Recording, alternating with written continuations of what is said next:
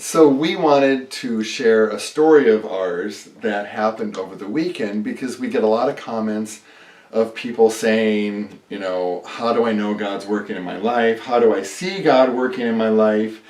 How can I increase my faith? Our story that happened this weekend actually has kind of two parts that answers kind of both questions. We have one car, which is a Jeep, and we like to go Jeeping in the mountains. And when we go Jeeping, it's like out of cell service. It's like 30 to 40 miles up a road that it's remote, right? It's remote. So Friday, we were going to go, we said, let's go Jeeping. Yeah. But there were forest fires, there were several road closures. We would have had to travel like 2 hours around Mount Rainier just to get to the road that we wanted to go on. Yeah.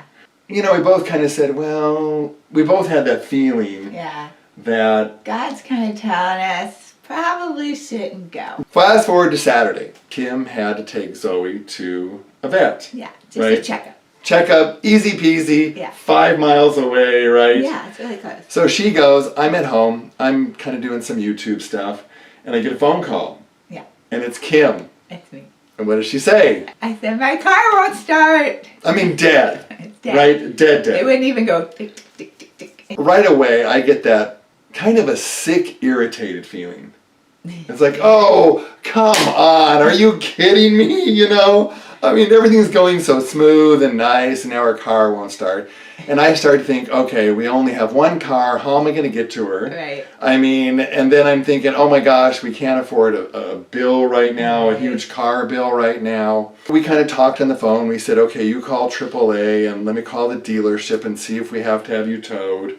But there was a lot to that. I mean, we had to figure out, we got the dog in the car. Yeah, the dog. So somehow I got to get the dog home, or the dog, I was thinking I could leave him at the vet, and then or spend the day there or something. How are we going to get the... Or am I going to take her in a tow truck? I mean, there was a lot of steps that we were trying to talk out before AAA got there to let us know what the whole problem was. Right. So while she's waiting for AAA, I'm sitting there and I'm upset. Two things went through my mind. First thing is, God, we could have gone on Friday. Yeah. We could have gone up in the mountains on Friday, but God kind of gave us this feeling that it wasn't good to go. Right. Now, so if we had gone, the car would have died. Yeah. And we would have been stuck in the mountains without cell service. Yeah. 30 to 40 miles from civilization. Who's going to help you start? We didn't know. We would have had to wait probably for another car, maybe, to come up that road. Yeah. So right away I said, okay, Lord, I get it. Thank you. You totally saved us. The situation could have been so much more worse. Yeah. And so the second part to our story is that when faith is like a muscle. If you don't exercise your muscles, they don't grow. Right. And if you sit at home, you stay stagnant, you get weak, you're not as strong. So God gives us challenges in our life so we can exercise those faith muscles. That's it. And I would say, way back when, I would have been ballistic. I would have gone through the roof. I would have been so mad. Yeah. I would have been so angry. It would have ruined my day, everything. Yeah. I said, okay, Lord, I trust you. You're going to get us through this. I don't know how, but it'll be okay. I'm okay. So I was at peace with it, and I was okay.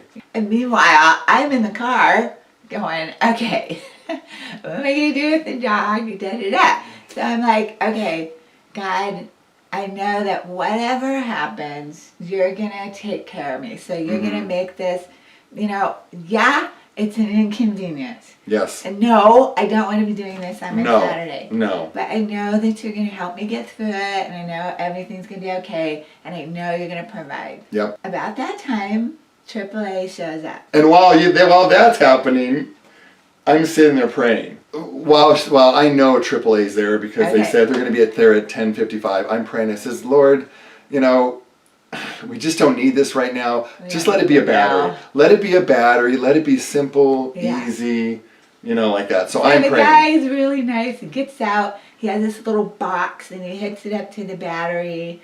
and he turns the box on, and it says, everything's good in my car. And I'm like, what? He's like, yeah, your alternator's good, and your starter's good. I mean, like, really good, like, totally good. And I'm like, okay. And he goes, okay, start your car. And I'm like, okay. And I get in, and it starts right up. And I'm like, praise Jesus. Praise Jesus. And the funny thing is, while I'm praying, about a couple minutes later, I hear the garage door open and it's Kim, and I'm like, yes, Lord, Yes. thank you. That's a story that we wanted to share with you to encourage you. You know what a lot of that taught me also?